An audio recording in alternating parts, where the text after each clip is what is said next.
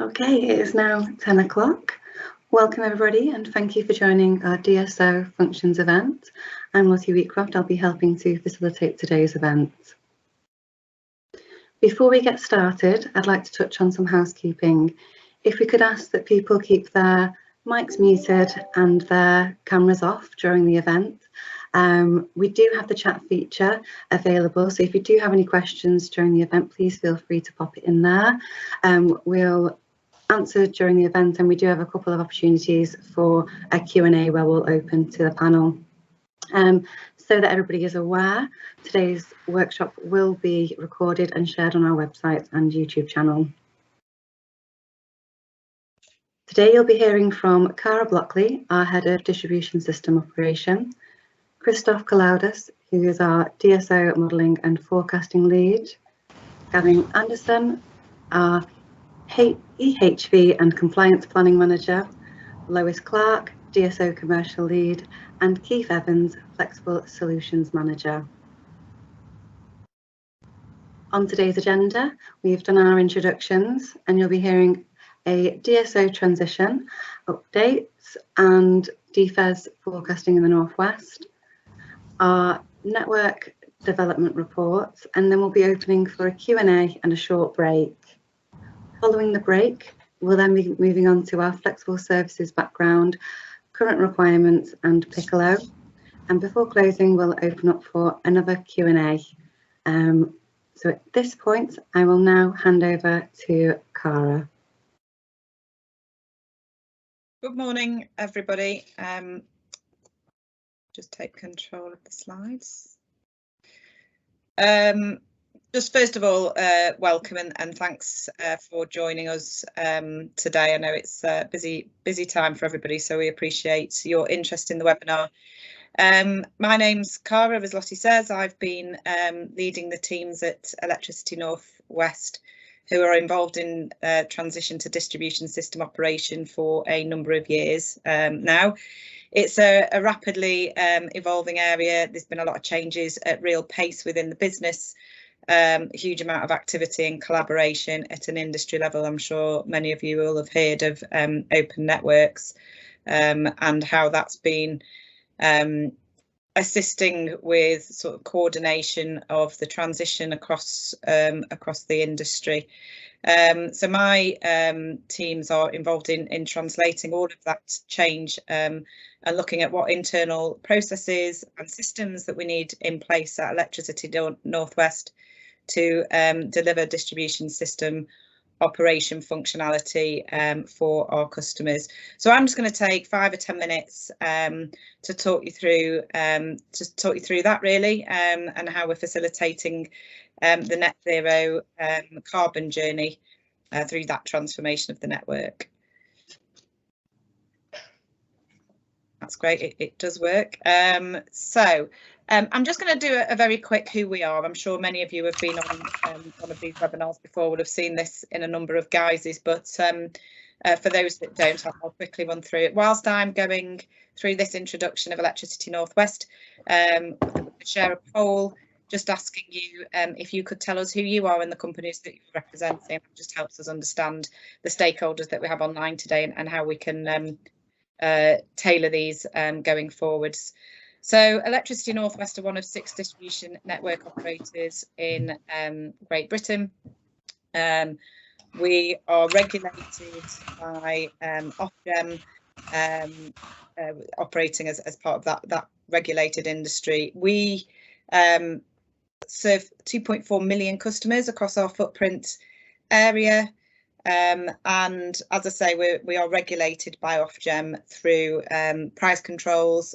We have we are just coming to the end of the current price control, Rio Electricity Distribution 1, which ran from 2015, which feels like a lifetime ago now. And this is the final year of that price control period. So in anticipation of the next period, which starts on the 1st of April 2023, our business plan for that is now in with Ofgem for their review and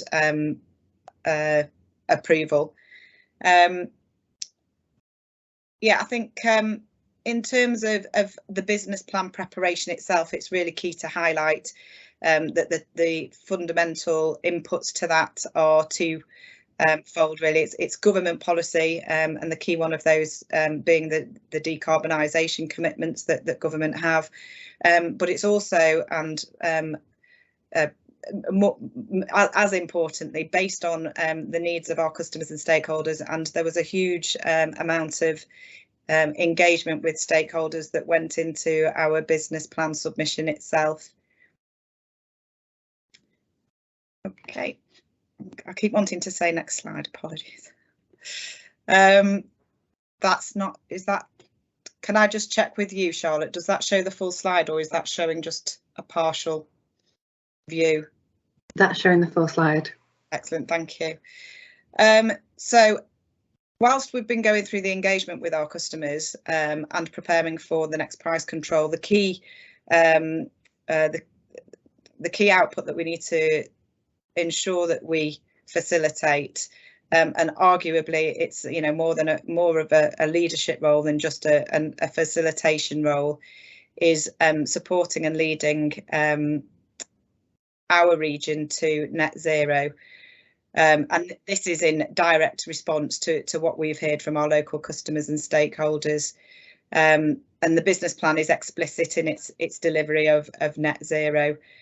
The three key things that we've committed to do as part of this is firstly to, as I say, lead by example, and become an exemplar net zero organisation. And what this means really is to be able to demonstrate to stakeholders and to other businesses within our region how they can instigate and implement net zero activities by doing it first, by being able to document the lessons that we've learned along the way, help people avoid some of the pitfalls. We are doing that through looking at the fabric of our buildings and how we improve the carbon performance of those.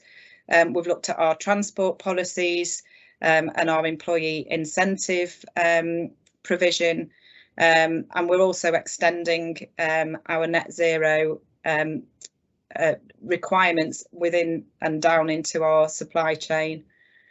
And this, as I say, it's to provide a kind of exemplar base which helps our stakeholders understand how they can move to net zero in a structured way. The second thing we need to do is to prepare our network for net zero, and by that I mean there's going to be a lot of extra demands. Christos will be going through sort of the forecasting of requirements for the network in the future. But even if we take electric vehicles, for example, there's exponential growth anticipated in EV connections to our network over the next price control period, from, you know, around 20,000 EVs today up to the hundreds of thousands, like 900,000 EVs by the end of 2028, 2030. And what the network needs to be able to do to meet that demand is part of what we're going to explain today, and part of what we're looking to cover in terms of our call for flexibility. But just to highlight, you know, that preparation from an Electricity North West point of view means flexibility first, that we look for before we look at any other solutions on the network. We want to seek and to try to find flexible solutions to our network capacity needs. So all of our needs for capacity are first offered to the market, and Lois Clark will be talking you through our current tender, which is the biggest tender for flexibility that we've run at Electricity North West to date. We need to improve our network visibility and data sharing to prepare for net zero. That helps our stakeholders understand what it is that the network is currently doing and what it needs in the future.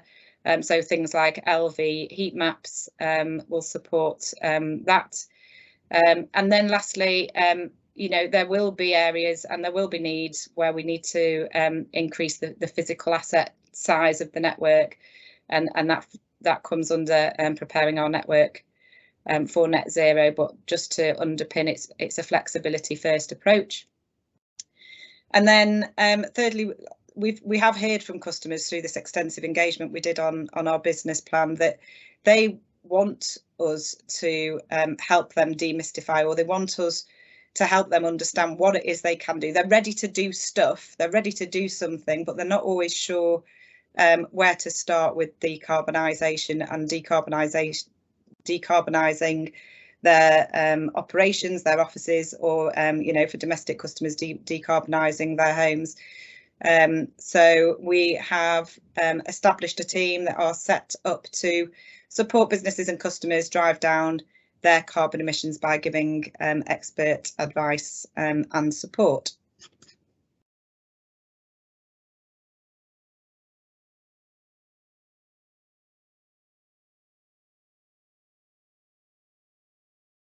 So just a bit of an overview of where the network is currently.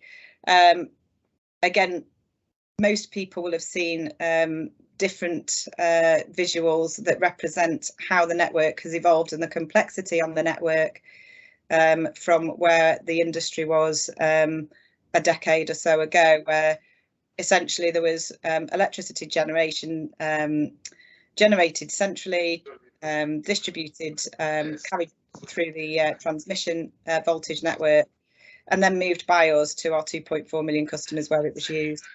So over the last sort of 20 or so years, there was an evolution starting, including much more distributed generation connected to the network, triggered by government policy, and sort of that government policy then more recently triggering mass adoption of low carbon technologies such as solar panels and more recently electric vehicles. So I think we're also starting to see over the last sort of 18 months technologies including things like hydrogen electrolyzers. And for us as the network operator, what all of that means is that we see a much broader range of energy flows across the network at different times of the day. And that means that we need to change how we manage the network. What we've done previously isn't something that can accommodate these different factors.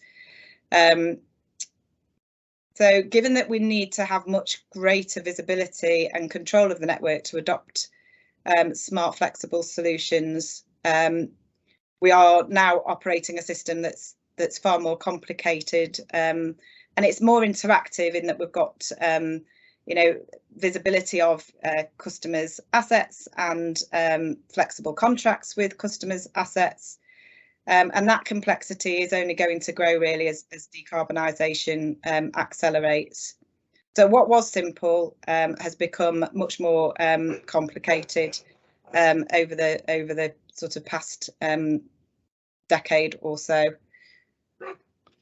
Apologies if you can hear that, my dog barking in the background. Badly timed visit by the postman.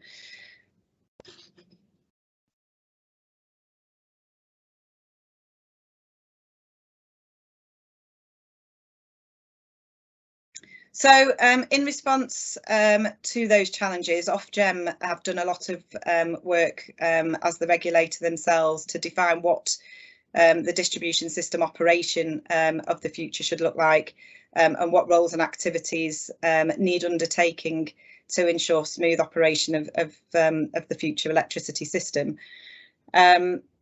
So really these are roles and activities that we are fundamentally already doing, but they will be enhanced and expanded, and we will do a lot more within those roles, particularly around the area of market development.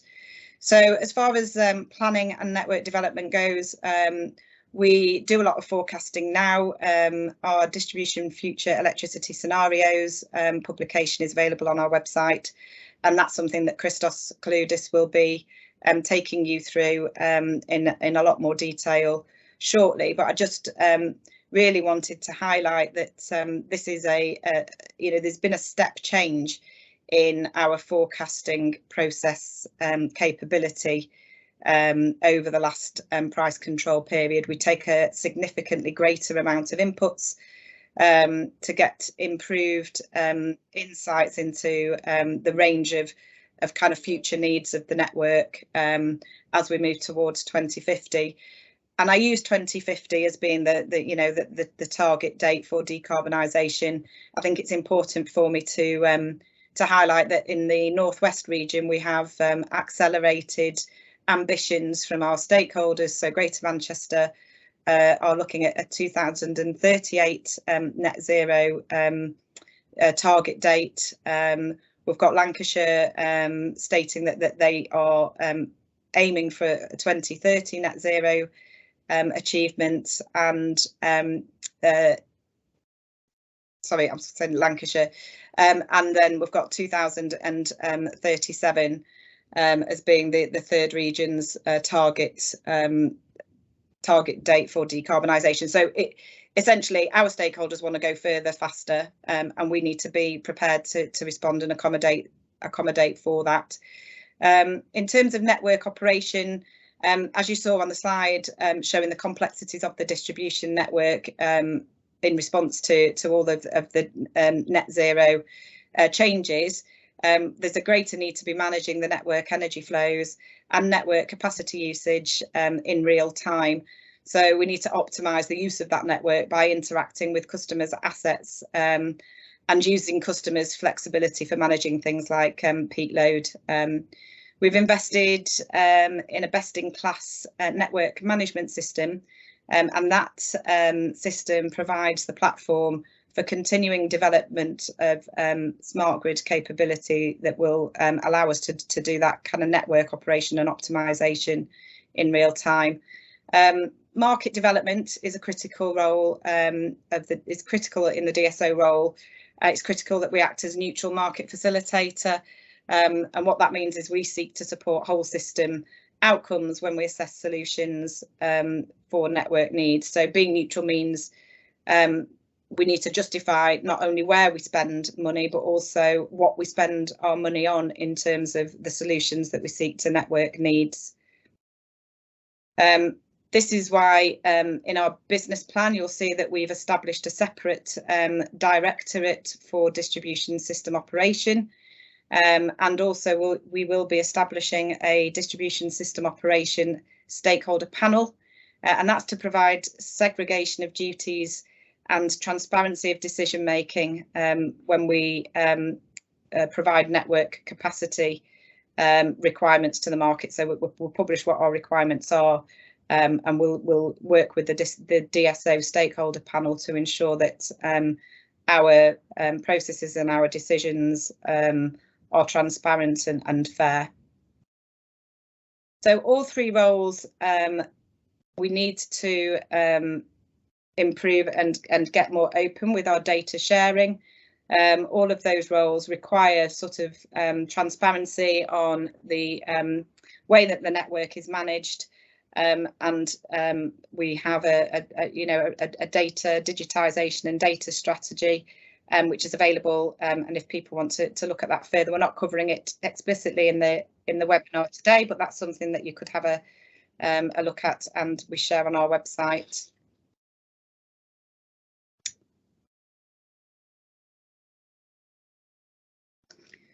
So the business plan development incorporated each of those functions that are defined by Ofgem, and those are the ones there in the navy blue boxes. But we wanted to extend those into what we have heard our customers ask us, our customers and our stakeholders ask us to do.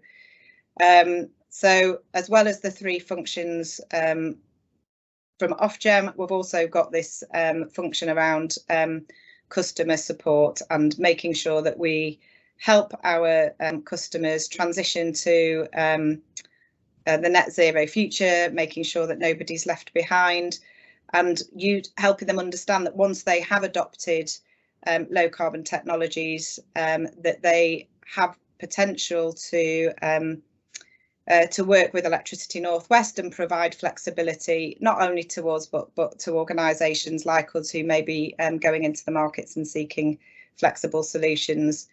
As I've mentioned previously, to overcome any conflicts of interest, we've recognised completely that there is a need for transparency and openness. So that's DSO stakeholder panel will be recruited from outside of the organisation. Those will be independent stakeholders and be representative of our stakeholder groups and communities.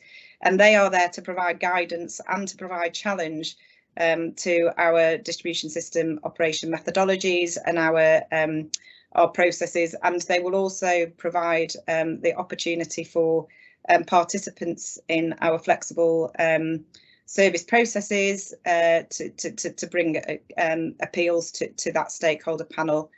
As well as the stakeholder panel, internally we will appoint a DSO compliance officer, and they'll be responsible for ensuring that processes are audited and that we are reporting back and providing the evidence that we are compliant with all of our stated commitments to stakeholders. And as we've talked about previously, you know, not all of this has to be underpinned by open data sharing. So we will be establishing a data portal that we are making available and accessible to stakeholders, and we'll be putting two separate types of data in there. We'll be putting in planning data, visualize, so people can visualize the network needs, and we'll also be looking at sharing existing and also new forms of operational data.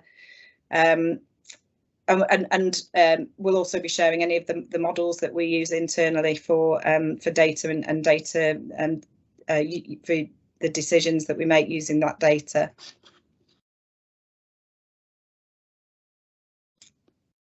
So I don't want to kind of leave you with any lack of confirmation that data is absolutely critical here to underpinning the distribution system operation role.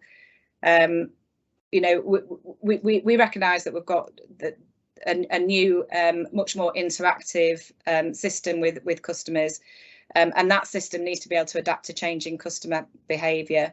So the visual here on the right shows data flows. It shows where, you know, where we're engaging with customers and getting data, but where also there's data flowing between different users within the system as well. And data's there to underpin, you know, whole system thinking, to make sure that all of the participants in the energy industry are using as wide a range of data as possible to inform decisions that are in the interests of energy users overall. And then we are being very transparent with sharing our data to ensure that any conflicts of interest are managed appropriately. You know, again, we're talking about making network operations and electricity markets accessible, so that we can underpin our flexibility first approach, and flexibility first including the purchase of energy efficiency solutions.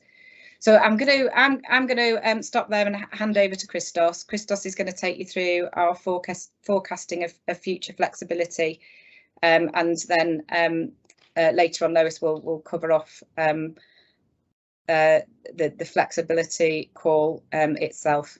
So thank you.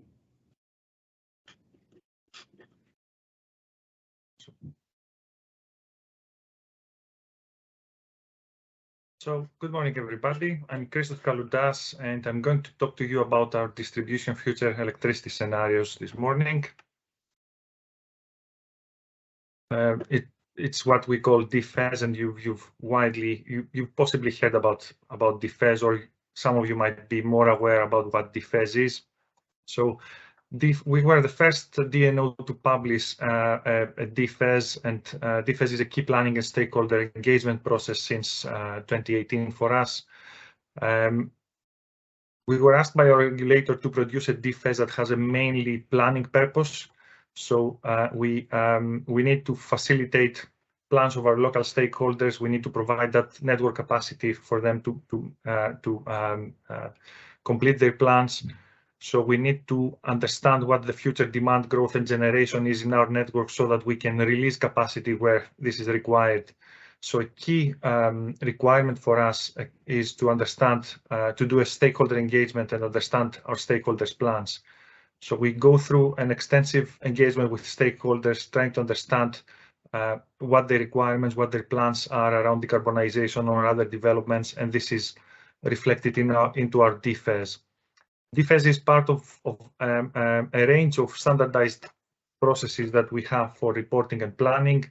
And you can see on the left graph here that DFES also is an input for the planning processes that we have as annual processes, which is the long-term development statement that shows the future of our network for the next 5 years, and also the network development plan, which is a new license condition requirement from our regulator. And as with all other DNOs, we will be publishing our first network development plan in May. At the moment, we've published a consultation, so you can see a draft version of that. And Gavin Anderson will talk to you after my presentation in more detail about this. One thing that is also important to highlight here is that in DFES you can see very local trends of demand and generation, and one of the reasons that it's very useful for our stakeholders to use DFES is that this is produced by the DSO, and the DSO is best positioned to produce a DFES because we have that understanding of local stakeholder needs, and we also have the interactions of local stakeholders with our planning departments, and the learnings created by that interaction are reflected into the DFES. So some key messages in this year's DFES that was published in December 2021 compared to last year's. What we found is that we expect an accelerated electrification for both transport and heated compared to our last year's view. Importantly for transport, which is an area where we have high certainty that we're going to have an electrification pathway to mid-net zero, we expect up to over 1 million electric cars and vans before 2030. This is higher than what we previously forecasted, and this is mainly due to the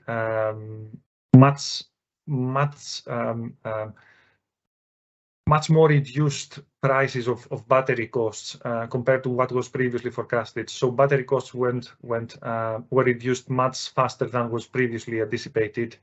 So this is reflected into the consumer choice models we use to forecast these volumes of EVs, and we expect many more based on the latest evidence.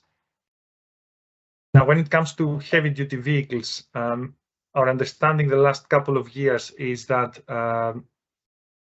it's going to be we're going to have a significant amount of electric heavy-duty vehicles, especially for up to 25 tons. So this is also reflected for first time in our latest DFES. When it comes to storage and zero carbon renewables, which is PV and wind, we haven't seen significant amounts in our connections pipeline for PV and wind generation. We expect that these are going to be key technologies to the transition to net zero, and we forecast that they are going to be several times higher by that time. But the important change from previous years is that we've seen a lot of grid scale batteries in the connections pipeline, and this is reflected into our forecasts. And I'll show you some figures later in this slide pack. When it comes to flexibility services, we've in the tenders that we put out, we define our requirements for the next 2 years. As part of our first network development plan, we will show some forecasts of flexibility requirements that go beyond that period. And also in our DFES, you can find some forecasts not around the flexibility requirements that we put out for tender, but more around our estimate of how much flexibility we can get from from demand side response from batteries and other generator types in our region. When it comes to electrification of heating, this is an area where it's still uncertain around the use of electricity for heating as a main path to net zero, and the use of hydrogen for heating. But we see an uptake that is higher for heat pumps compared to last year, as we reflect some new grants and new policies that came from the central government. Second slide on key messages here. So as Cara noted earlier, we've recently published our final proposal for the Rio ED2 business program. This was based on last year's DFES, and as I've just mentioned, this year we forecast higher uptakes for low carbon technologies like EVs and heat pumps. We are confident that if during ED2 we have more low carbon technologies, the required investment to facilitate this additional demand growth that we might see in the network can be funded through uncertainty mechanisms that we've already quantified for some extreme scenarios in our business plan. No, I shouldn't call them extreme scenarios. It's more around accelerated decarbonization scenarios where a big part of our region meets net zero before 2040. Network development plan, I mentioned that this is going to be our first publication, and Gavin will talk more around that. And I've highlighted that DFES is part of our planning process, but there is also a significant value of using the DFES, of the use of DFES by our stakeholders and customers. So this year we shared more data in our DFES workbook, so you can find. I'm going to show you some figures and trends for the whole of the network, but if you access our DFES workbook through our DFES website, you can find trends across each and every council, and even more granular across around 500 of our EHV substations. So we're talking about scenarios. Now, this slide is presenting at high level what these scenarios are. So on the left-hand side, you can see the 4 scenarios that are common across the industry. So if you go to National Grid's FES or to the DFES of any other DNO, you will find that there are these 4 scenarios, which is steady progression that doesn't meet net zero by 2050. We have then consumer transformation and system transformation that meet net zero by 2050. The difference between these 2 scenarios is that in the consumer transformation, there is higher level of societal change. So we expect that more customers will adopt heat pumps, install renewables. They will also use EVs. In system transformation, there is a more dominant role for hydrogen for domestic heating. And the 4th scenario, which is leading the way, is a scenario where we have a significant change in consumers' behavior and the society's behavior. They adopt more behaviors that are supporting a transition to net zero, and this allows our communities to meet net zero before 2050. Now, this last year, for first time, all DNOs adopted a 5th scenario. This was introduced by Electricity Northwest and reviewed by all DNOs and approved. And that scenario is the scenario where DNOs can justify what is our highest certainty trend for the next 10 years. And after the 10 years, it's more like a central view of the future. So the best view for us is a future where we have a significant amount of EVs. So electrification of transport is the main pathway to decarbonize transport. We also expect significant penetration of batteries and renewable generation, and we have less certainty around the electrification of heating as the dominant pathway for heating, given that we still have the uncertainties around the role of hydrogen, and also around efficiency measures that can be taken especially by our domestic customers given the high poverty levels in our area and the lack of policies to support these measures. Now, next slide presents an overview of DFES. You can find this table in our DFES report. You can find more details on graphs in the report and more details on data in the workbook.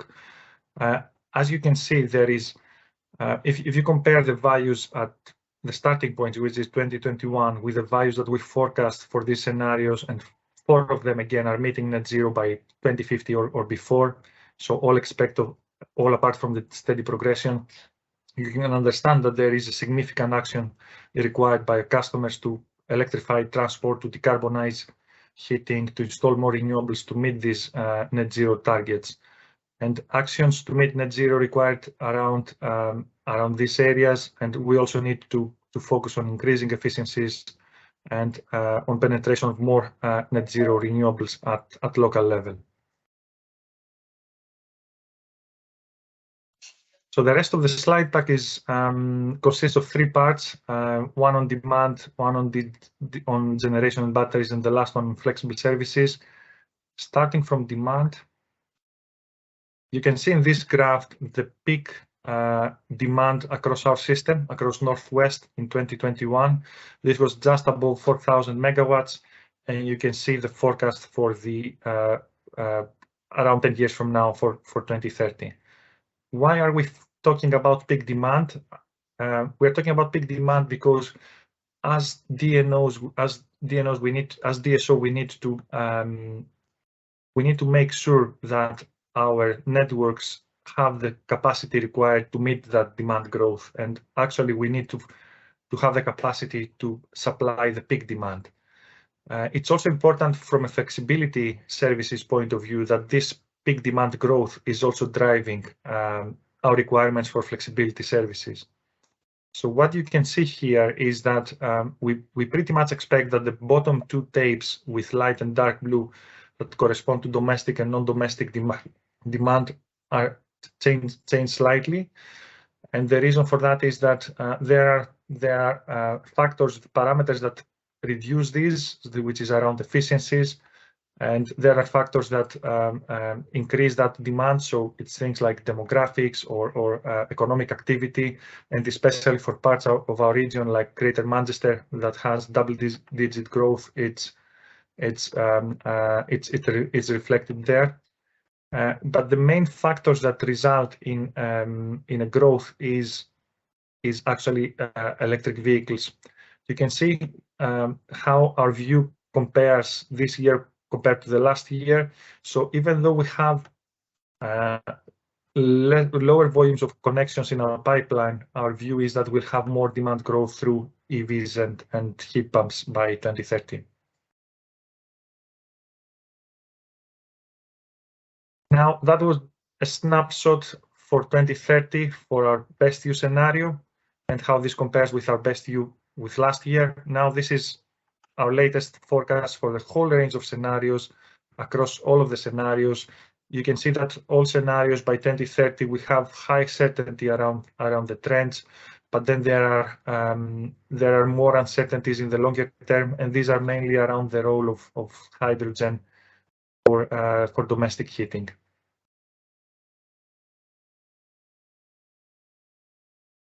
Focusing on the annual electricity consumption, so moving away now from peak demand and checking the consumption, you can see the decomposition of our forecast for the best use scenario and leading the way, which is the scenario that meets net zero before 2050, so our most ambitious scenario.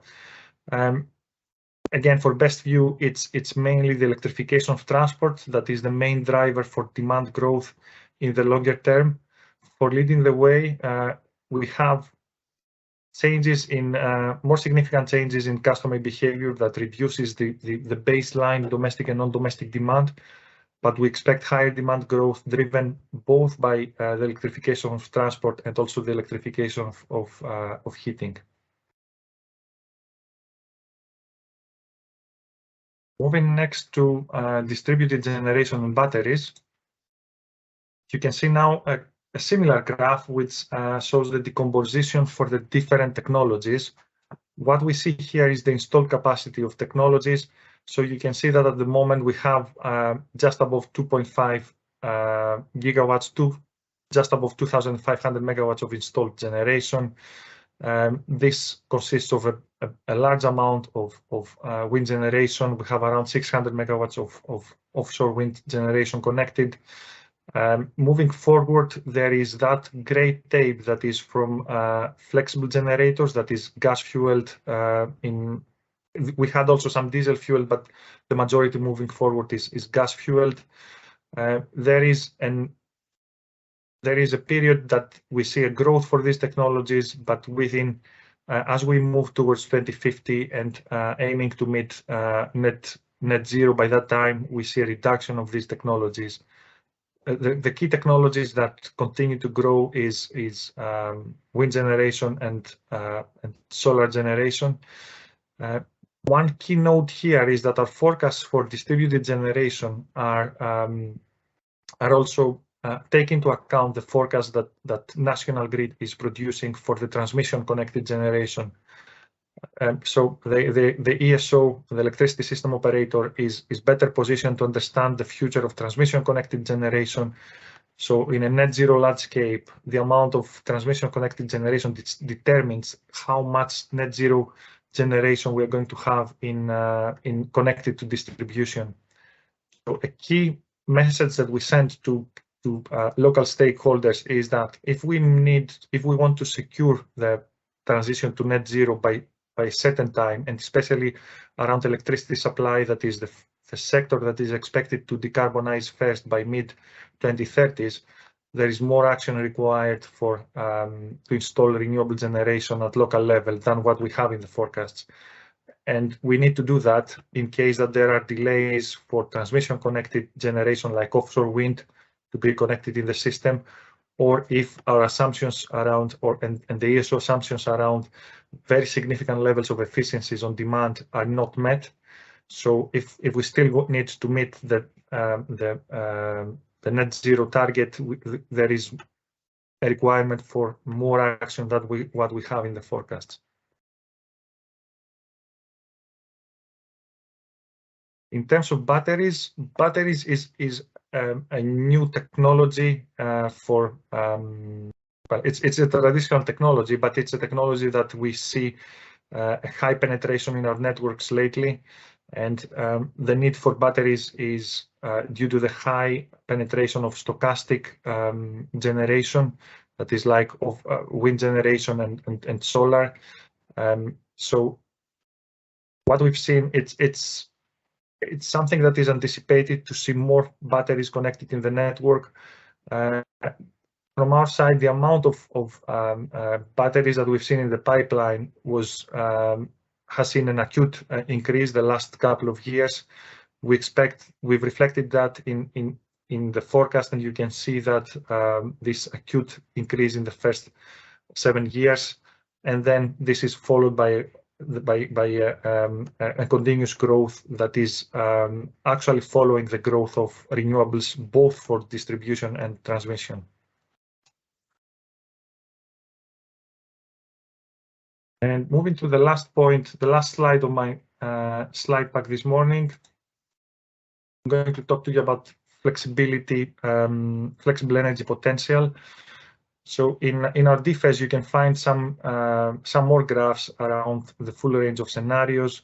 But what we tried to do in this DFES was a first attempt to estimate how much flexibility will be available in our networks. So to do that, we modeled how much demand side response we can get based on the existing demand in the network, how much flexibility we can get from flexible generators, which is mainly the gas fueled generators, and also from batteries. In this graph, you can see how much of our peak demand for the best use scenario can be met by that estimate of flexibility potential. And it's interesting to note that in an ideal case where we could utilize the full potential in our network, we could actually meet a lot of demand growth by that flexibility, and that would be for the benefit of our customers, because we would, by using flexibility, we could secure that we could release more capacity at lower cost and avoid the more expensive conventional reinforcement of the network. As I said, this is around potential. Our forecast for flexibility service requirements have a similar trend, so you can see what we put out in tender. A high-level message is that our requirements for flexibility are growing, so it's not something that you should be expecting for the next 2-3 years. It's requirements that extend to the full 30 years to 2050. And one of the key signals we want to send to local stakeholders and customers is that please check for our flexibility service tenders. These needs are not just for now, it's a longer term market opportunity for all of you. So that's all from me, and I'll hand over to, I think it's Gavin Anderson now. Thank you.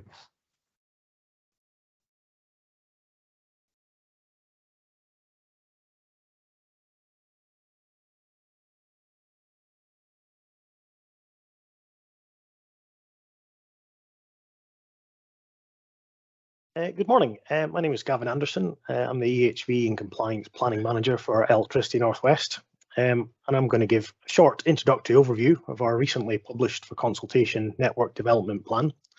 I'll look to cover through about 11 slides over 10 to 15 minutes. Again, please feel free to drop any questions in the chat and pass on any feedback, as it is most welcome from everyone on the call today.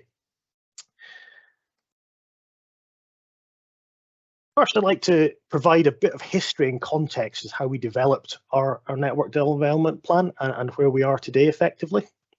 Back in February 2020, Product 5 launched with the objective to improve how DNOs signpost network capacity shortfalls and forecasted network requirements, with a specific intent as to how they publicise this to the wider market. To achieve this, Product 5 reviewed what DNOs currently produce, and it was found that there are two main reports. So we currently produce the long-term development statement, which provides information on our existing network and the availability of capacity in the short term, 0 to 3 year sort of window. And then we have the distribution future energy scenarios, as Christos has just touched on, and they provide a long-term forecast of future energy pathways out to 2050, and that gives us that envelope of uncertainties as our network develops. So we found this left a gap in information on our network development in the medium term as we went forward. So it was originally proposed that a standard network capacity report would address this and help industry stakeholders by providing insights into future network headroom in the medium term. And this would enable connections to locate in possibly the most advantageous areas, identify when and where issues occur, and develop targeted mitigations for ourselves. While this was being developed, BEIS issued a draft license condition in August 2020 for the sort of implementation of the EU Clean Energy Package. This required DNOs to produce a network development plan which would include DNO's plan for reinforcement, the use of flexibility service, and also a network capacity report within a 5 to 10 year window effectively.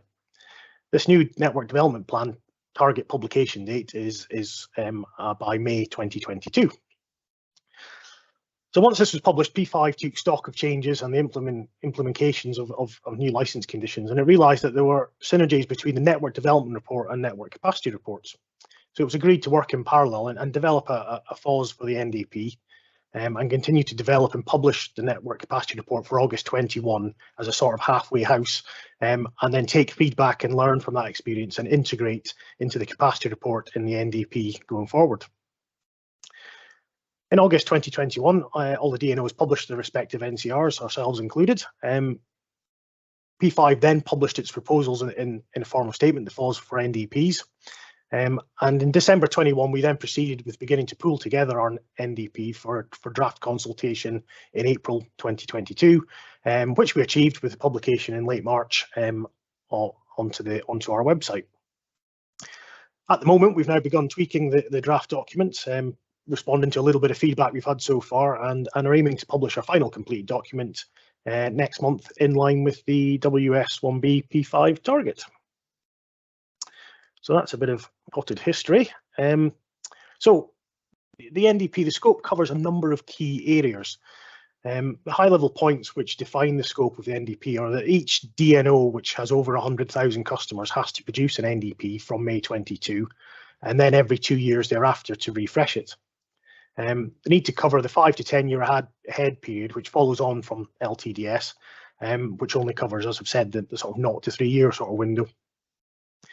They need to report the network development requirements for new generation, load, and highlight areas suitable for new connections and flexibility services using a best view scenario of development covering all voltages down to 11 kV. It needs to include a methodology document which informs the user of the underlying data and assumptions that have been used in the development of the network development report. The form of statement is sort of split into 3 distinct parts. Network headroom reporting, which covers parts of the network most suited for connections, parts of network reinforcement, and parts of network flex as potentially required. Network development reporting, which is new infrastructure and flex services, and obviously the methodology document, which is how we've prepared the plan and the key assumptions that have been made within.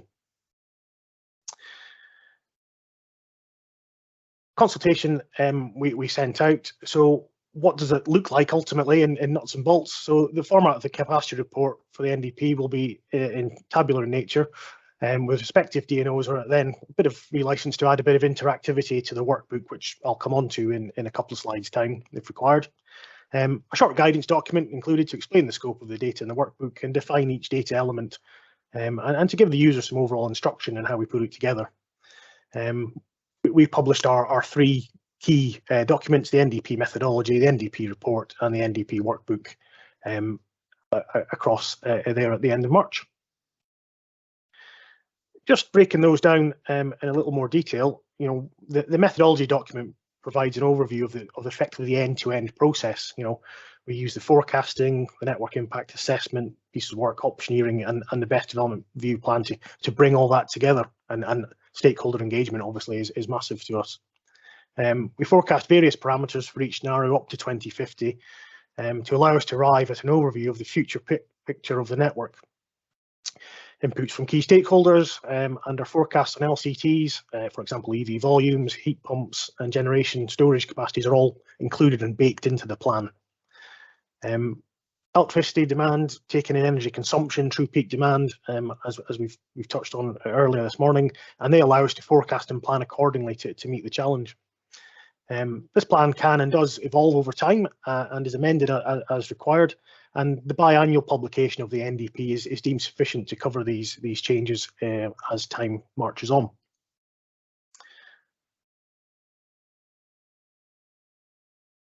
The NDP focuses on network development reporting and provides the user with valuable additional information on key projects set for delivery in terms of new infrastructure to be installed and upcoming flexible services to be employed.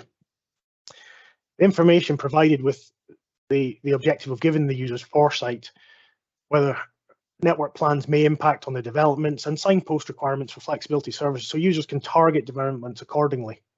The high-level plans for network intervention and flexible services requirements cover, one of the key points there: timing and high-level scope, details of connectivity, links to the LTDS, equipment rating. So there's a huge volume of information contained within the actual the workbooks.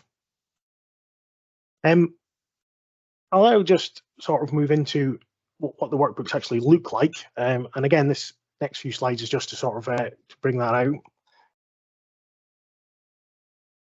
So the workbook effectively is an Excel spreadsheet with 7 sort of key tabs on it, and the opening page gives users an overview and links to the subsequent tabs that are contained within the book. One thing we picked up on after we published our network capacity report back in August was that to make it a bit easier to identify areas, we've brought in a local authority lookup, which allows the user to sort of effectively narrow down the search and late it to our network. So if you live in Rossendale, for example, you can then bring back Rossendale, and it brings back a full list of all the sites that are within Rossendale, and you can quickly then move into the next section to identify the area that you're most interested in. What that actually looks like on each tab, we have effectively, and I'm not sure my mouse works, but little arrows signpost users to little drop downs, which allow you to drop down the site you're most interested in, and you can use those drop down boxes to simply identify the area that you want to bring up. With generation, you've got the ability to also pick up on whether the type of generation is synchronous or non-synchronous, and that also can affect obviously into the results.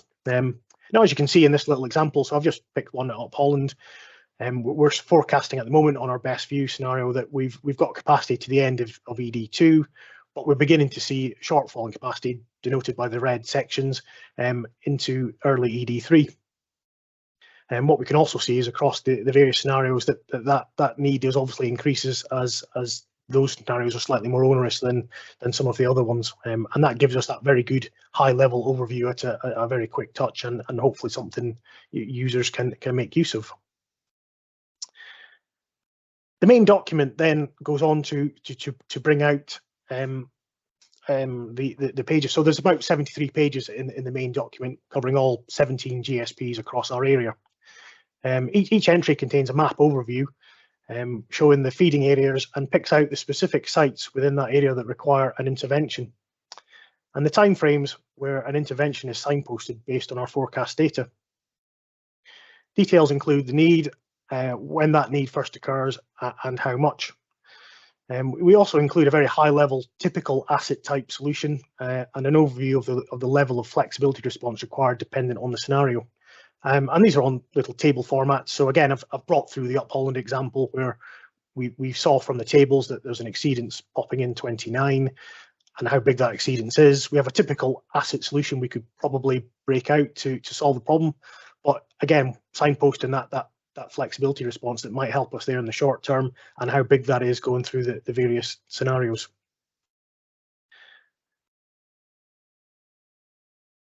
As mentioned in the previous slide, as part of the NDP interventions, we identify the flexibility, and we have recently published our spring 2022 flexibility tender requirements, which we'll come on to later on in the slide presentation today. And as part of that, we've now included 55 locations which we've identified in the NDP across our region where we'll require some form of flexible services over the next 10 years. And those can then be brought through to sort of complete the circle almost. And as you can see in this final slide or example at Up Holland again, you can see that the flexibility need is now documented. So the grey boxes will then bring that through and allows you to get that early heads up for any applicants in those areas to maximise the time available to potentially identify and develop service that could utilise. This then allows us to sort of promote that linkage in our flexibility services through the data provided in our NDP publication.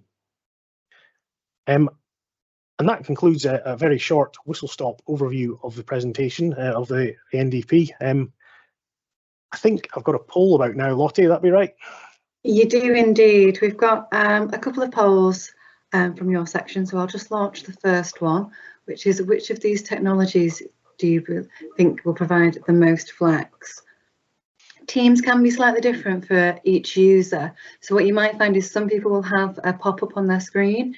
If you're not seeing a pop-up right now, if you could kind of move over to the chat, you'll be able to see it there and click between the options of demand-side response, renewable generation, gas fuel generation, or battery storage. I think if we give a minute for people to respond to that, and we'll then launch the next one.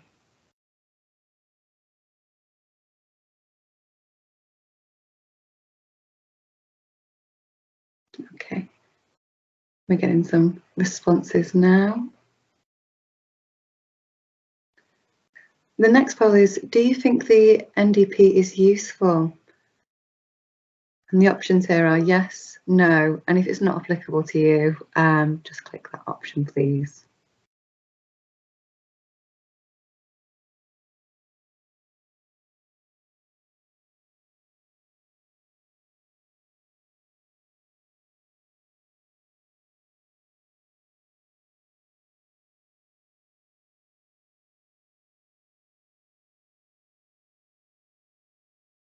Okay, we're getting a few responses there.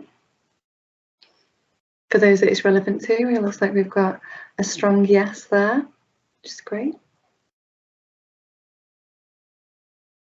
And the last poll for this section is, does this long-term forecast of our flexibility requirements give you confidence in our requirements for the future?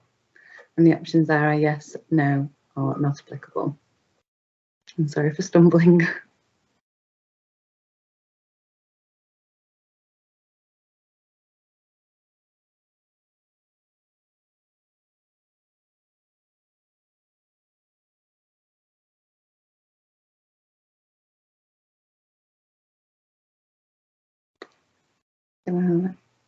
Majority of answers are yes there.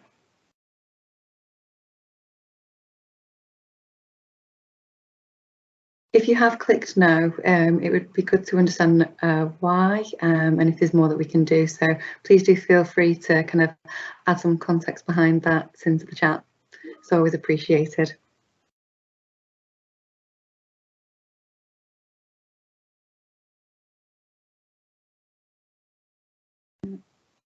Okay.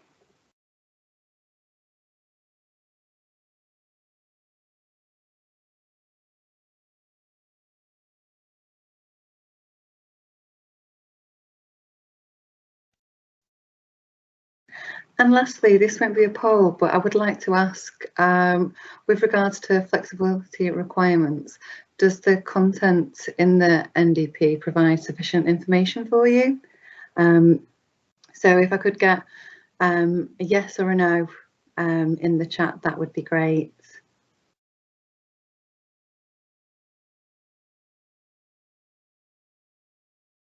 And I'll just give you a moment to kind of add that in there.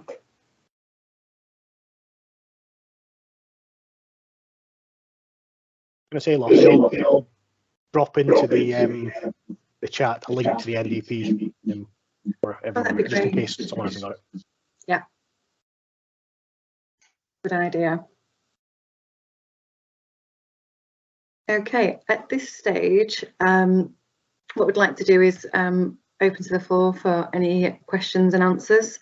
Please feel free to kind of unmute your mic for your questions or drop them in the chat. My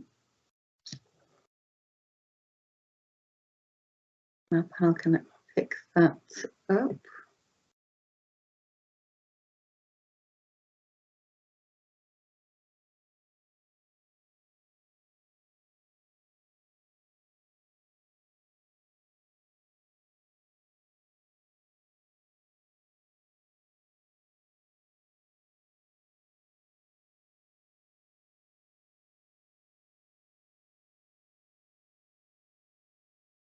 Now we have had a question from David.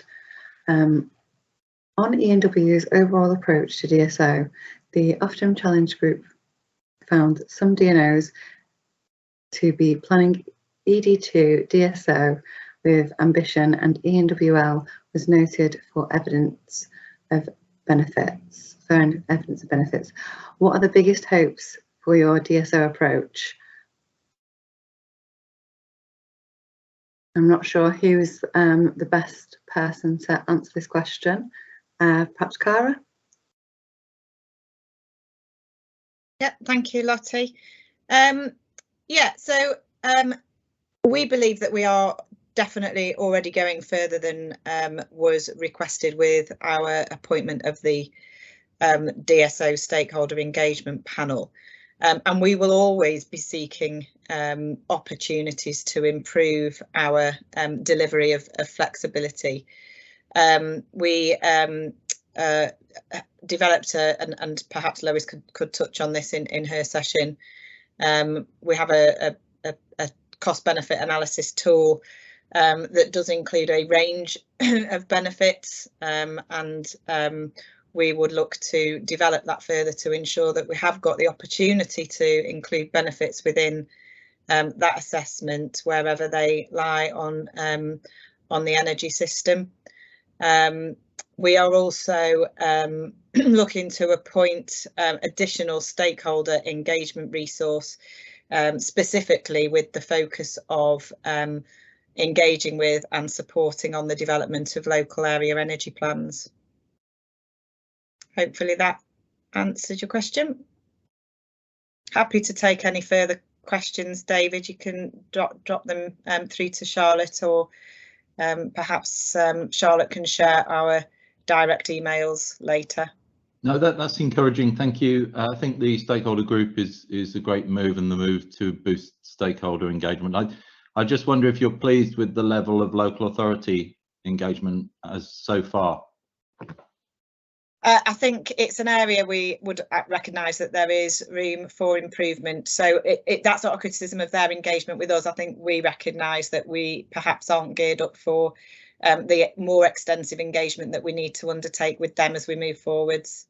And that's why we've responded by committing some additional resource to do exactly that. Thanks for the clear answer, Cara. Now, we do have another question. How much will the recent announcement of the new nuclear development affect network planning and headroom in the network? Can I respond to that, or do you want to go on, Gavin?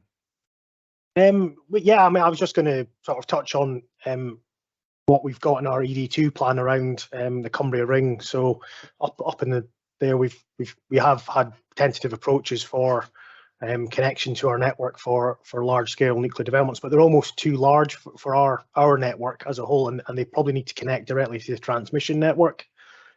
So in theory, they should almost not affect our headroom and almost be outside of that. But I don't know if you're going to add anything else to that, Christos, but that was going to be my first sort of response back to that. Yep.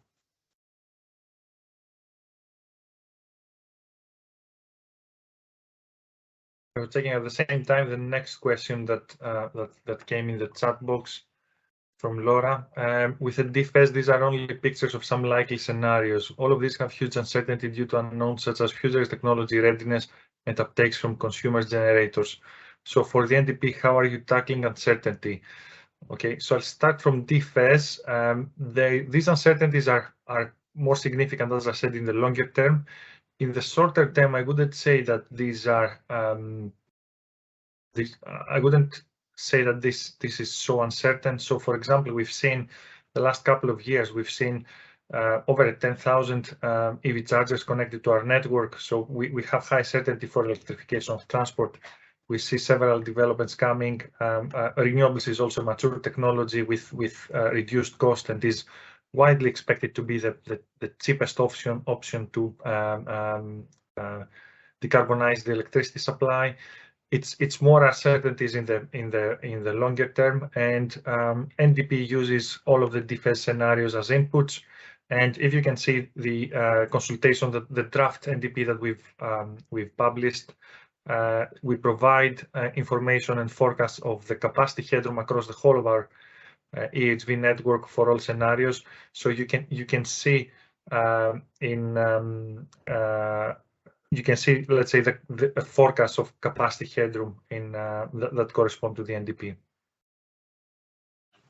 Okay, hopefully everybody's back now with their refreshments, and we can move on to the next section.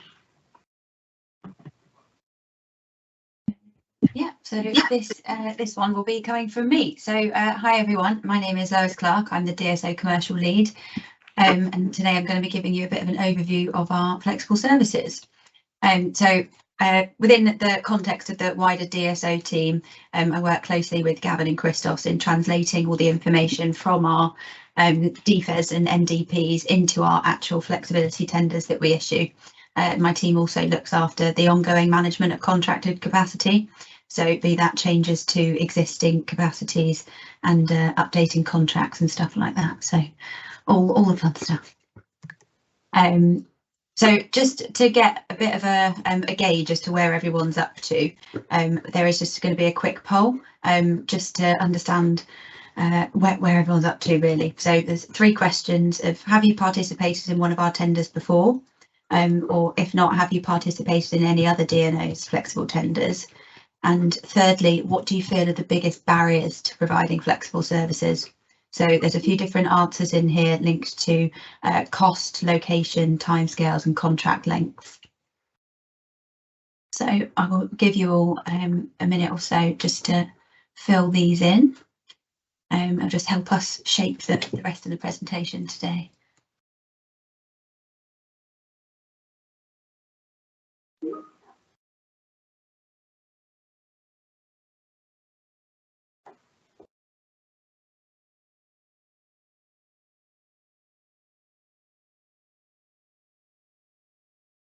Okay, so we see we've got quite a lot of newcomers here that haven't participated in one of our tenders before, or anyone else's.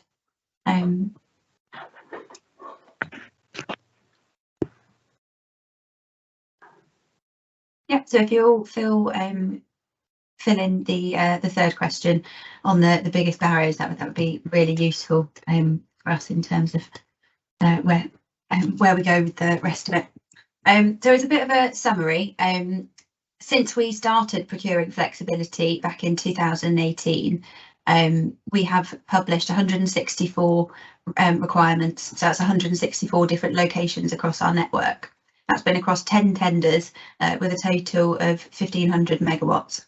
So if you would like to view the history of all of these previous ones, then we do have a section on our website called Previous Requirements. And there's a summary of each tender round, including all the locations, all the capacities, and any results from that on there as well.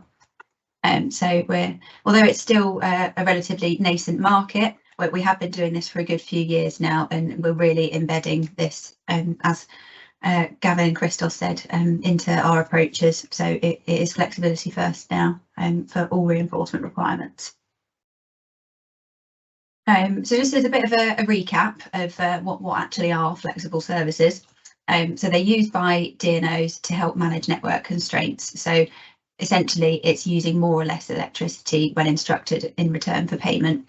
So the network constraint is defined as when safe operating limits are breached. So you can see from this little graph here, we do end up with peaks, often at certain times of day, so specifically the winter peaks. And so essentially it just means that the requirement for electricity in the area is greater than the amount that the local network is capable of providing. So we then procure services for specific windows to help us manage those constraints at that certain time of day. So why now? I think Cara gave us a pretty good introduction on this at the start. So the forecasted increase in low carbon technologies over the next few years means that we're going to experience a huge increase in demand on the network, which will require us to reinforce many of our existing assets. So this does come at an increased cost to customers, as our costs are ultimately passed down to paying customers through their electricity bills, and it can be quite a disruptive process. So I'm sure everyone's had their road dug up at one point or another. So we do try and do it as infrequently as possible to help minimise that disruption. In terms of the benefits, by using flexibility, as shown on that graph, by helping to manage those constraints that occur at certain times of day, we can utilise the capacity within our existing assets. So we're incentivising people to shift load or reduce at certain times just to make sure that we can get the most out of those assets as possible. So we wouldn't want to put in a massive new substation if it was only going to be utilised 30% of the time to its full capacity. So by preventing putting in these larger assets, it helps us to reduce our CO2 emissions, and also reduces the number of supply interruptions that our customers face through things like these disruptions of having to install any new assets. So then along the bottom, it shows, what are the benefits to participants really. So it's a key way of supporting community energy groups and local businesses through really embodying that kind of new system operation view have lots of different participants that are then able to feed back into the network rather than that traditional top-down approach. So it does encourage low carbon technologies to get involved, and it can be seen as a way of helping to finance net zero, and ultimately the savings that we make from not having to put in these larger assets that may not be utilised get passed back to our customers in terms of cheaper bills. Some examples of flexible services, just in case anyone is particularly new to the game. From a demand perspective, we can have the turning off or shifting of intensive processes. So, for example, a factory might be able to move the most high energy using processes to a different point in time, which helps us to avoid that key peak. It could be things like controlling heating systems like heat pumps, or through the use of EV chargers, or just traditional demand side response from any individual customers aggregated even down to the domestic level. On the generation side, any kind of renewable generation, and specifically batteries. I think you all got that from the poll that we had in the first section. I think that was the most popular answer of who's going to be providing the most flexibility in the future. And also uses of standby generation it can be used for this purpose as well. But a key bit for us as well is energy efficiency. So there are no problems in our networks. None of those constraints will not be benefited or alleviated by the use of energy efficiency. So flexibility is driven by a constraint where we have too much demand at a certain period of time. So energy efficiency, by reducing that overall base demand, does help us to avoid that as well. So in terms of retrofit, insulation, solar panels, LEDs, anything that you can do to reduce your energy consumption will help, and we do encourage participation in our flexibility tenders for energy efficiency programmes as well. So there are 4 different types of flexibility that we currently procure. So we have sustain, secure, dynamic and restore. So the easy way that I remember it, because it can get confusing, is the 2 S's are your pre-fault products, whereas dynamic and restore, they are in reaction to a network abnormality. So be that a fault on the network or a planned outage. So the 2 S's, sustain and secure, they are that they have higher levels of utilisation as we use our forecasts. So all Christos's work in DFES to schedule in advance when we're going to need support, whereas the post-fault products, dynamic and restore, we don't know when we're going to have faults or abnormalities on our network. So we can forecast availability, so the windows where we believe there might be a requirement, but in terms of actually getting that utilisation instruction, it will be a more immediate response, reactive to something that's happened on the network that we did not foresee. I'm going to pass over to Keith for a bit to go over our current requirements for our latest tender, and then I will pop back in a little bit to explain some of our key developments and what we're doing over the next 6 months. So our current tender was launched on the 28th of March, and we're currently looking for up to 748 megawatts of capacity over the next 2 years, with locations in 57 locations across the Northwest, with a potential amount of money of £5 million across all those requirements. So the breakdown of those in terms of the services that Lois has just talked about, we've got 164 megawatts of secure, 132 megawatts of dynamic, and 452 megawatts of restore contracts. Now, we've added quite a lot of secure into that this year, which has the benefit of the potential that there's quite a lot more utilisation with a secure contract. So we would expect with that the number of hours that we'll be using you for will be a lot higher. So obviously there's a lot more chance of revenues stacking up for you.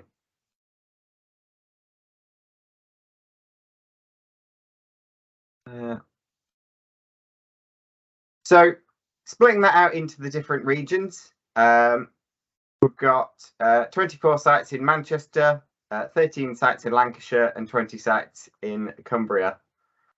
So you can see the capacities that we're looking for in each of those zones.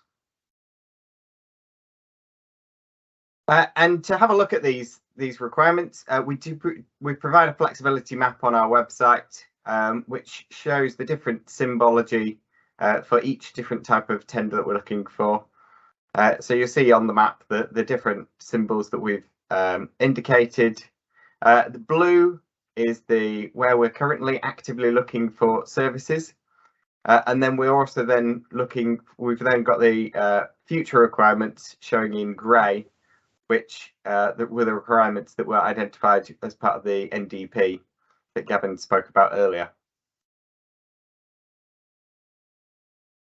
So you can drill down into further detail on that by clicking on the symbol, and when you go into that, you'll be able to see the particular service requirements for that tender, the different years of the tender showing in there.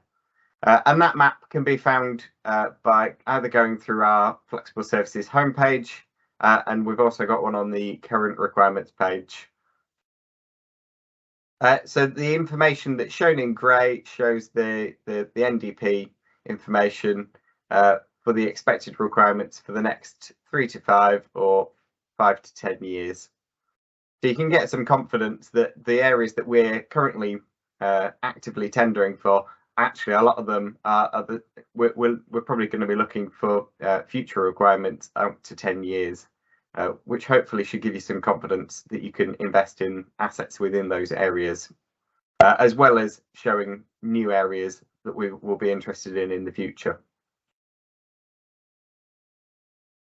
So on our map, we've split out summer and winter over the next 2 years, and within that you'll be able to find the capacity, the estimated number of hours of utilisation and availability that we're requesting, the period the service is required for, so the months, days and hours, and also we provide a guide price, which I'll go into more detail on in a second.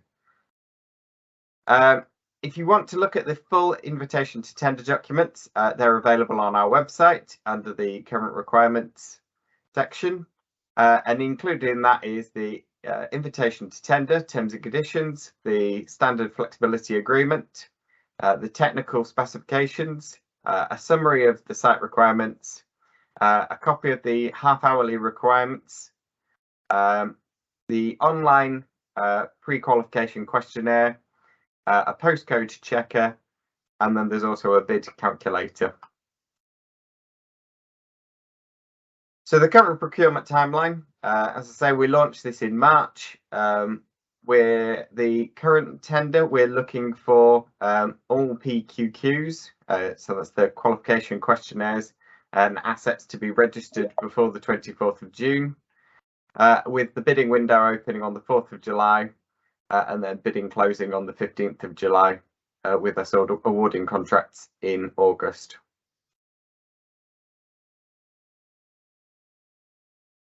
We have a pre-qualification questionnaire which is on our website, and this asks for some more technical information into what we're looking for, what you can provide us, that may not be covered in currently in some of the other questions that are in the Pickle platform for registration.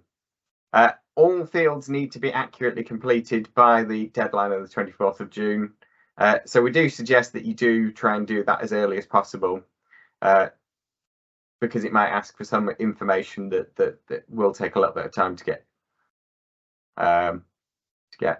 And if you need any assistance completing the PQQs or any other part of the process, then you can book a one-to-one surgery with a member of our team, and we can go through it with you.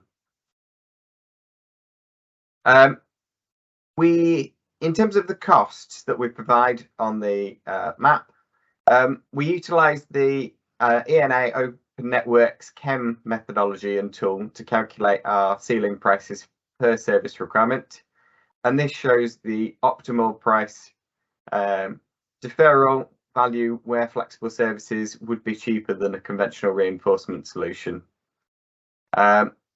Feedback from our participants from previous tenders was that they sometimes struggle to translate the guide price into an availability and utilisation payment that was within the acceptable range. So what we've done is we've actually developed a simple cost calculator that will help you to determine what that guide price should be.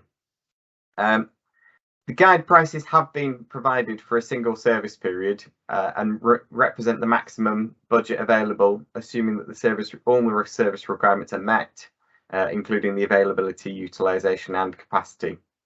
But please note that any contracts spanning multiple years might be eligible for an increased revenue where it provides greater guarantees of deferment for reinforcement. So the tool itself, it's available through our current tender website. You'll click onto it and you'll get to this welcome screen, which gives you a quick overview of the tool and a short help guide. The simplest way to utilise the tool is to go to the Tender Finder app. Find a Tender Finder tab, which is shown at the bottom of the screen, as circled. So once you go into that, you'll be presented with this screen, and the yellow boxes are the ones that need to be filled in. So once you've filled all of those details in, assuming you found a tender that is an actual active tender, as demonstrated here, you'll see that what's happened is at the bottom line, it's populated the bid price for what you're actually bidding for in terms of assuming the utilisation and availability hours have been fully accepted. It shows you the capacity that you're offering us compared to the maximum capacity that we're requesting. And then what it does is it then utilises those figures and puts them into a price for what would that be if you haven't given us the full capacity, what would the full capacity cost be in that scenario, which then gives you a percentage of the guide price. So once you've done that, assuming that it's less than 100%, then you'll get a result which says that your tender price is within the ceiling price range. But please note that that doesn't necessarily mean you'll be accepted. It just means that you've got a much higher chance of being accepted. And equally, if you put a price in that's higher than the 100% value, then you'll get a message that says that your price is higher than the ceiling price. But again, that doesn't necessarily mean that you won't be accepted. It just means that you've got a decreased chance of being accepted. We also offer a manual entry system, and that's in case you want to try this out and enter the a different number of utilisation hours or a different number of availability hours. And the tool will act very much the same as the tender finder. It just won't find the specific tender reference that you're looking for that's linked to this current tender of ours. And to help you find the specific tender details that you're looking for, there is a final tab which gives a breakdown of the entirety of all the tender requirements that's also available in Appendix 3 of the tender documents.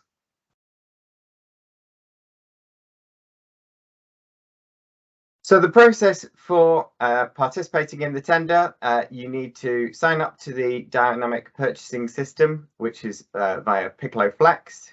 You need to register your assets via the Piccolo Flex system as well. You need to complete the pre-qualification questionnaire, which is via our website, and then you will submit a bid via the Piccolo Flex platform. So just a little bit about Piccolo. So in 2018, we started signposting our flexible requirements via the Piccolo Flex platform, and last year, we joined UKPN and SPEN in utilising the platform for procurement of our tenders and the DPS systems. So it's currently the UK's leading marketplace for DSO flexible procurement. It provides market visibility and transparency. It streamlines the process for flexibility procurement, qualification, auctions and contracts, and it stimulates participation from flexible providers through them also advertising. If you want to visit the Petclo Flex platform, then the link's at the very top, and you can view our current requirements. You can sign up for the dynamic procurement system. You can upload and pre-qualify your flexible assets, submit bids, and you can also view past competition data. And Petclo also offer a support capability for any issues relating to the platform, and you can also book a personalised demo with a member of the team.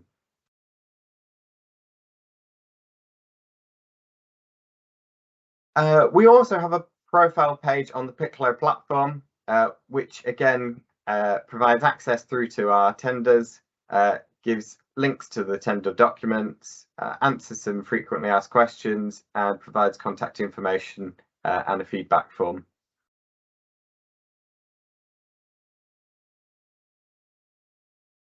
And as part of the Petclo Flex collaboration, on the 14th of June, we are hosting an in-person event to talk about the growing DSO flexibility markets and the ways to reach net zero. We're co-hosting the roundtable event to allow stakeholders to collaborate with us and influence our future developments of flexible services. It is being held at the Museum of Science and Industry in Manchester, and the event is being held between 11 and 5 p.m, followed by a networked and drinks reception. And just one final thing from me before I hand back to Lois. If you are planning to participate in the tender, please make sure that you register as early as possible and get the process going. Get on the DPS system and register your assets.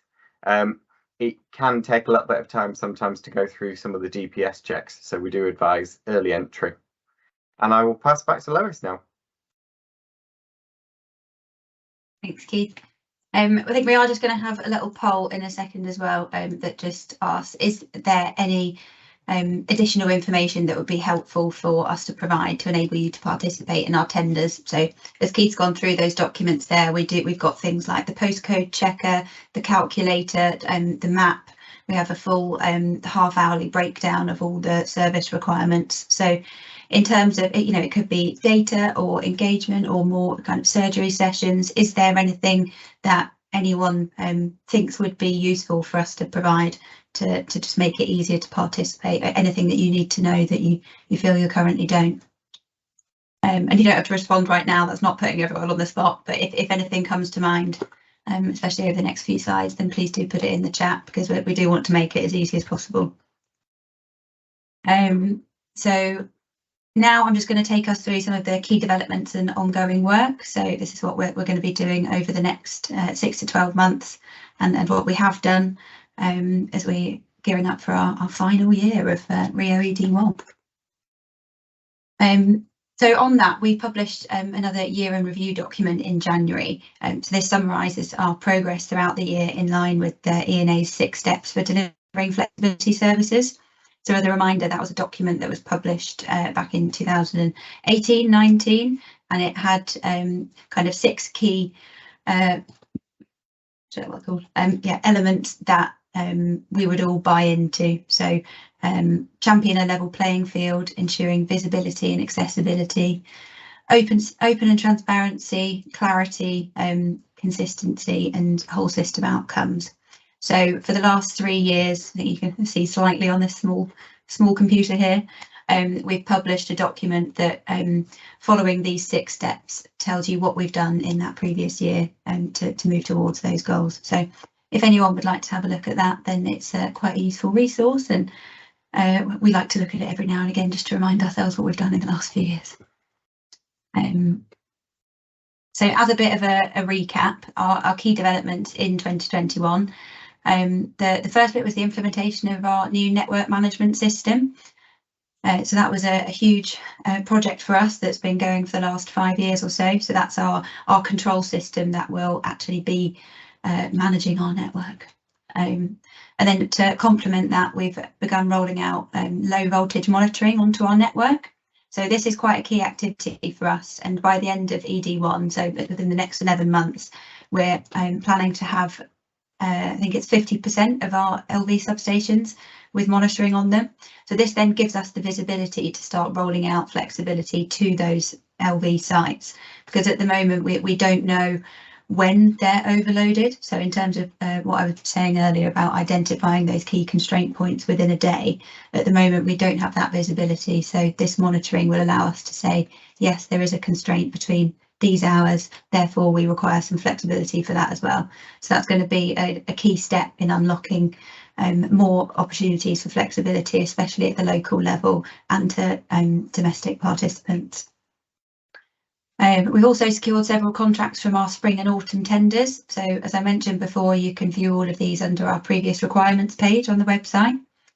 But a lot of work has gone into the production of our ED2 business plan.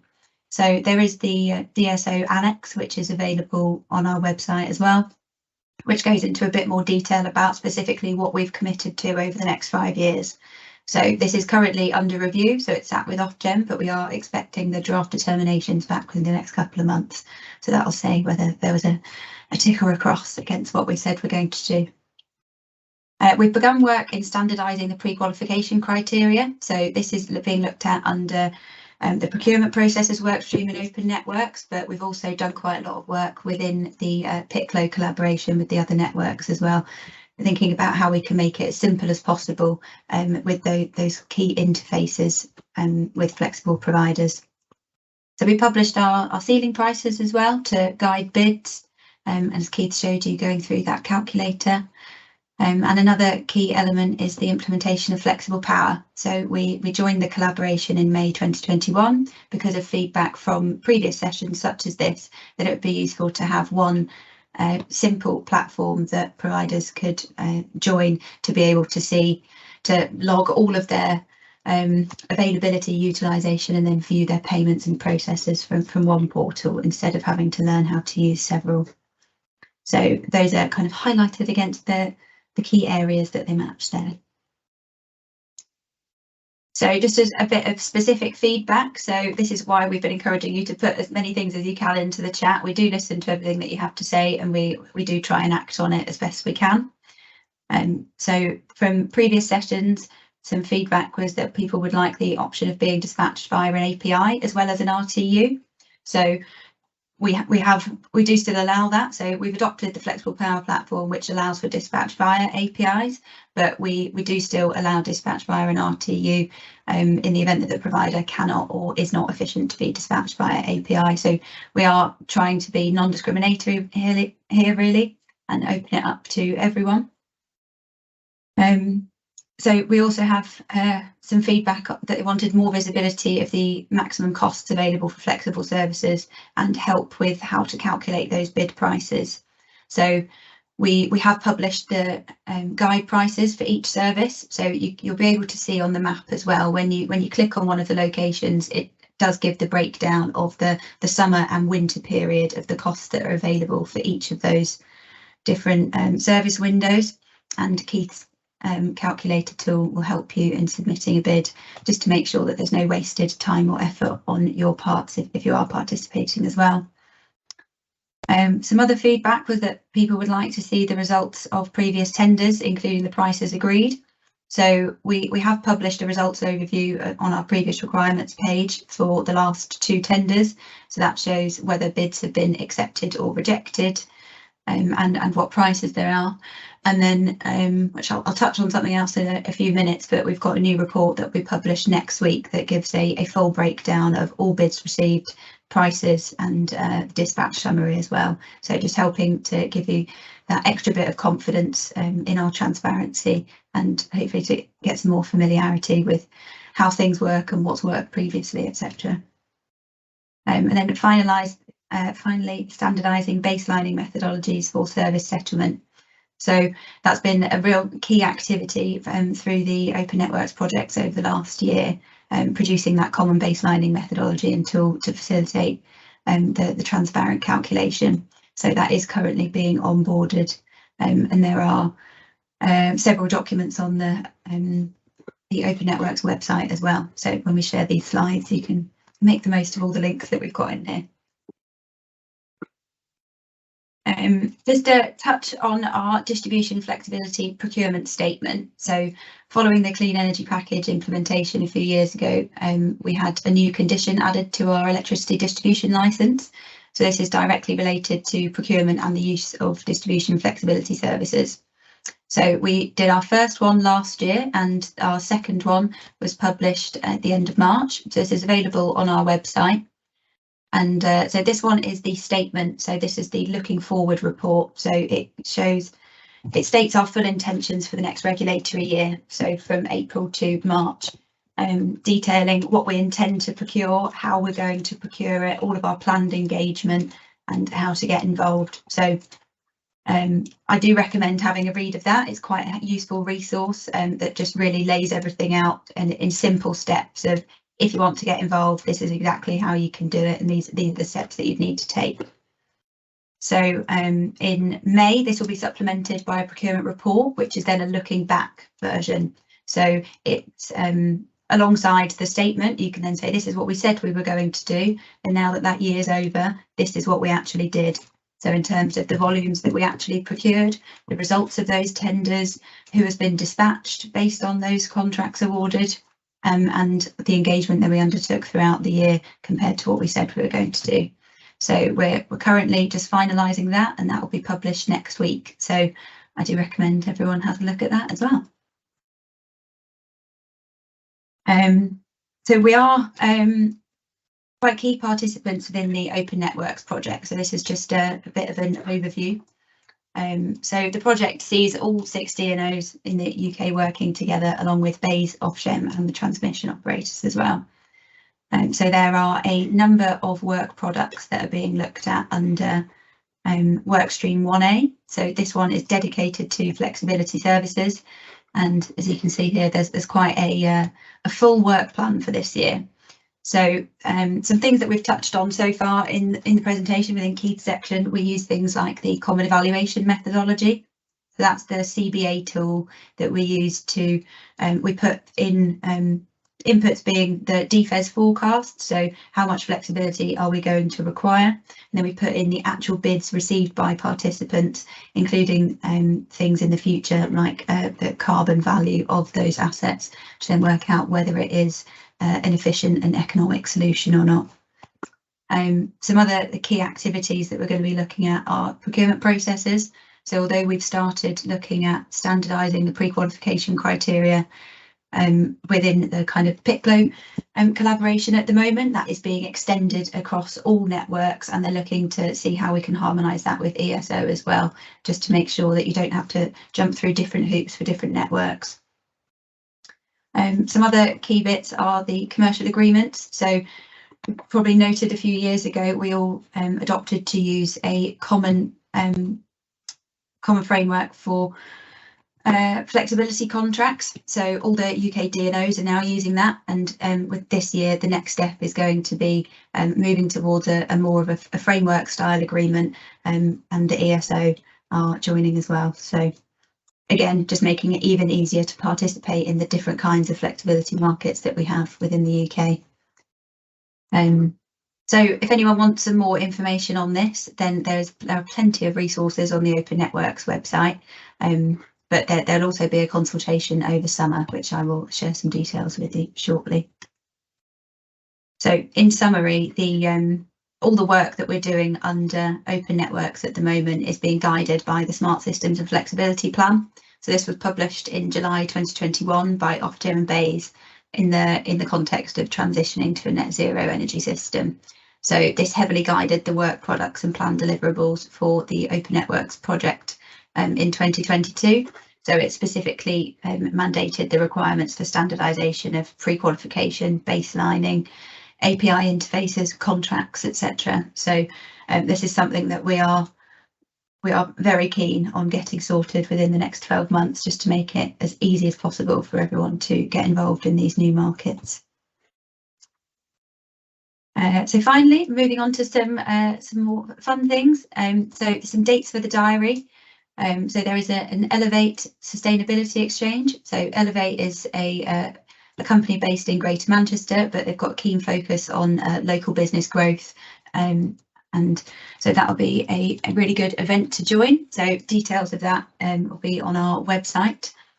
And then, as Keith mentioned earlier, we've got a joint event with Piclo, UKPN and Sven on the 14th of June. So we thought that'd be really nice to have an in-person event, and really kind of shows our commitment to collaboration, but also standardisation. So we recognise that, you know, we've all got the same requirements at the end of the day, and we do want to work together. So we're all going to be hosting that to get your feedback on how we can collectively improve how we operate these services and the procurement of them. We will be planning our own flexibility procurement consultation between July and September. So just recognising that we have all the different DNOs have got different, within their different regions, they've got different types of customers, and we want to make sure that we're reflecting those needs, especially with things that Cara touched on earlier in terms of engaging with those local authorities. So we'll be doing our own kind of specific consultation July to September. But then the Open Networks will also be hosting a flexibility consultation looking at all of those 9 work products, and that will be from August to October. So that would again help to shape the work plan for the following year. So we've got a nice calendar that details all of our scheduled planned engagements for the next regulatory year, and that's available within the procurement statement. So again, please do have a look at that. It's one that I've printed off and keep on my desk because it's something that I refer to all the time. So hopefully you'll find it as useful as I do. And then finally, if anyone wants to get in touch, then we're open to all different types of contact, be that through email. We've got feedback forms on our website. You can register your asset so that you're immediately notified whenever there's a new requirement in your area. I think I mentioned in the chat, we're more than happy to facilitate surgery appointments if anyone just wants to know a little bit more, has any specific questions, or wants to figure out how they can get involved or whether their assets are suitable. And then we've got our distribution list. So that just makes sure that you're updated of any newsletters, any new tenders, or any further event invites. And that's it from me there. So I will pass back over to Lottie, and then if anyone has any questions, please start popping them in. Thank you, Lois. Before we open into the Q&A, I just wanted to do our final few polls just to kind of capture your feedback so we can understand that if we're kind of hitting the mark on our events and making sure that they're useful and informative in the future. So the first one is, have you found today's session very useful, okay, or not very useful?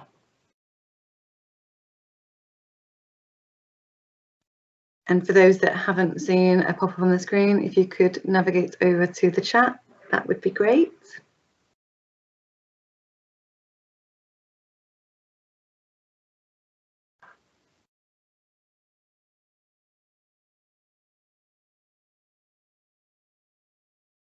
And the next poll is, what parts of today's session have you found most useful? Has it been DFES, NDP, or flexibility tender information?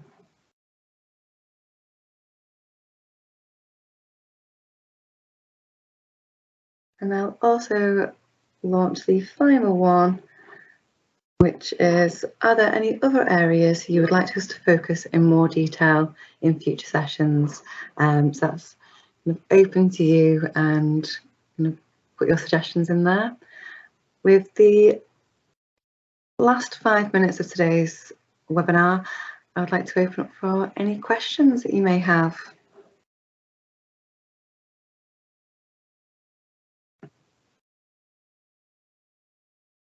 And please feel free to pop into the chat or unmute and ask your questions.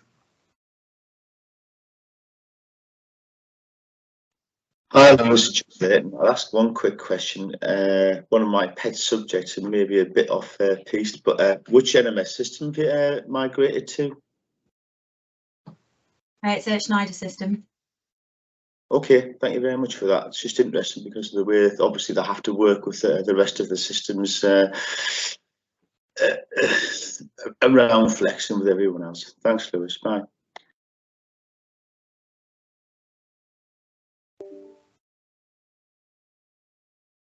Are there any other questions from anybody else?